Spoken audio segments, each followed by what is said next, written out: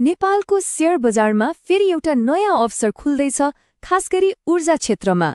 रिजलाइन एनर्जीले आफ्नो आइपिओ ल्याउने भएको छ र आज हामी यही अवसरको बारेमा गहिरिएर कुरा गर्नेछौँ।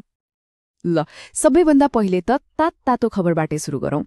रिजलाइन एनर्जीको आइपिओले आधिकारिक स्वीकृति पाइसकेको छ। यसको सोझो मतलब के हो भने अब हामी सबैले यो कम्पनीको शेयरमा लगानी गर्ने मौका पाउँदैछौँ। अब यो कम्पनीले के गर्छ त? सीधा कुरा हो, यसले नेपालको सबैभन्दा ठूलो सम्पत्ति, हाम्रो पानी, हाम्रो नदीनालाको शक्तिलाई प्रयोग गर्छ। यही नदीको बहावलाई बिजुलीमा बदल्ने काम गर्छ यो कम्पनीले। आज हामी के कुरा गर्छौं त? पहिले त यो नयाँ ऊर्जा आइपिओ के हो भनेर बुझ्छौं। त्यसपछि रिजलाइन एनर्जी कम्पनी कस्तो हो भनेर चिन्नेछौं अनि यसको पैसा कौडीको अवस्था कस्तो छ त्यो हेर्छौं र अन्त्यमा यो आइपिओको अवसर र नेपालको भविष्यसँग यसको के सम्बन्ध छ त्यसमा पनि कुरा गर्नेछौं। ल सुरु गरौँ पहिलो खण्डबाट, एउटा नयाँ ऊर्जा आइपिओ। अब यो आइपिओको पछाडि कुन कम्पनी छ त? आउनुहोस् रिजलाइन एनर्जीलाई अलि नजिकबाट चिनौं। एकदमै सरल भाषामा भन्नुपर्दा रिजलाइन एनर्जी एउटा पब्लिक कम्पनी हो। यसको मुख्य काम के हो भने जलविद्युत आयोजनाहरू बनाउने, चलाउने र त्यहाँबाट निस्केको बिजुली बेच्ने, मतलब सफा ऊर्जा उत्पादन गर्ने।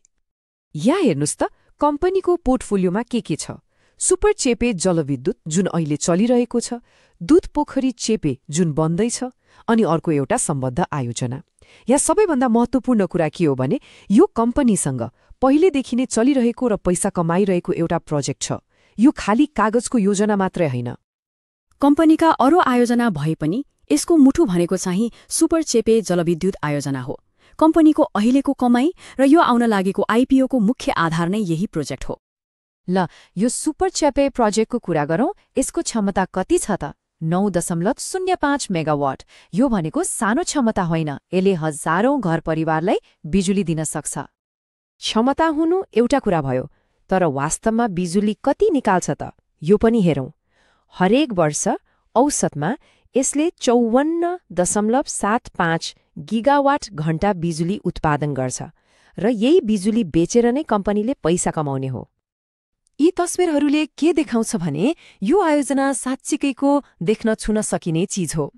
एउटा तस्विरमा नदीको पूर्वाधार छ, अर्कोमा पावर हाउस भित्रको टर्बाइन। यसले के प्रश्न पार्छ भने यो लगानी कुनै हावामा गरिएको होइन, वास्तविक सम्पत्तिमा गरिँदैछ।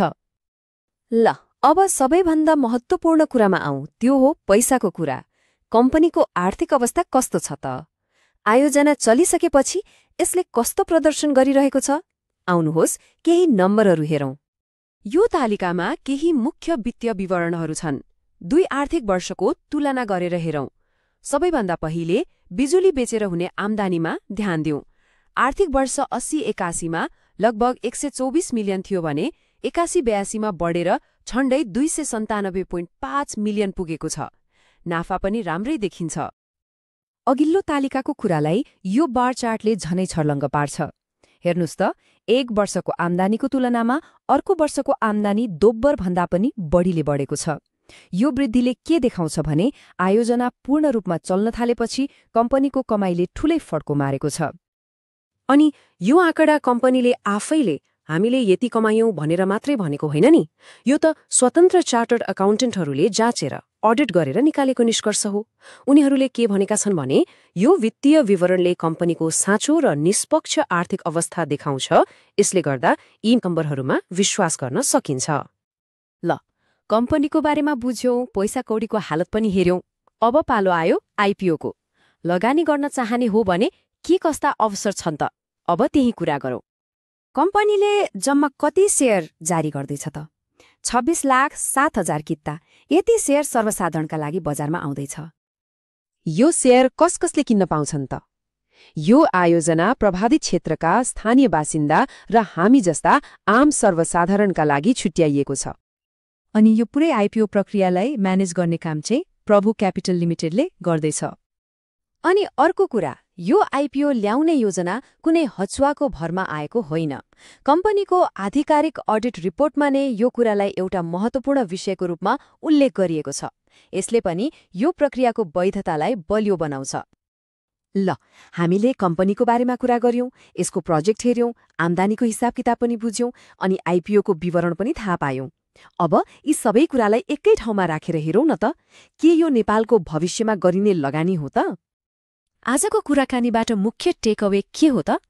पहिलो, यो कम्पनी कागजमा होइन साँच्चीकै चलिरहेको छ र यसको एउटा मुख्य आयोजनाले काम गरिरहेको छ।